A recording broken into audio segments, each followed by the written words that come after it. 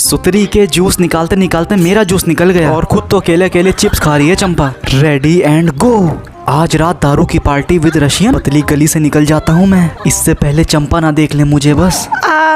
कहाँ छुप छुप के जा रहे थे तुम? बस अपने दोस्त से मिलने जा रहा था चंपा में। तो ठीक है, टास्क के लिए तैयार हो जाओ। इस पानी में से इस लकड़ी को क्रॉस करना है, वो भी बिना पानी बंद करे हुए। ये क्या चंपा? बट रुको, अब बस तुम एक इंजीनियर का कमाल देखो चंपा। ये लगाया चम्मच और ये निकाला स्टिक। और आप लोग करो सेकंड पार्ट के लिए कमेंट।